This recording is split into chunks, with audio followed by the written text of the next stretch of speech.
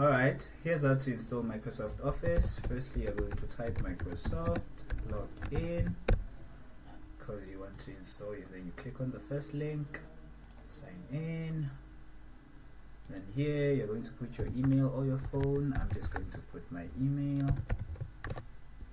So if you're working, you can put your work email. If you're studying, you can put your school email.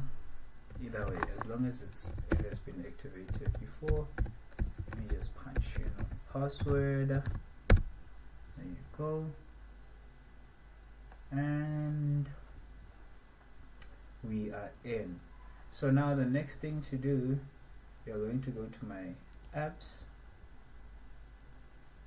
and then under my apps there's this dots here. You're going to click on them, and then you will click on Microsoft 365. You click Microsoft 365, it's going to show you this page of Copilot, and then on your left side you go to apps, and then this thingy, green or bluish thingy will appear. It's blue, and then you click on install apps, and then Microsoft 365 apps, then you click on that, then your download should start.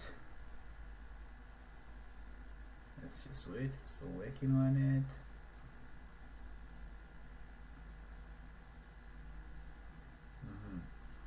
Okay, if it takes you here, don't panic.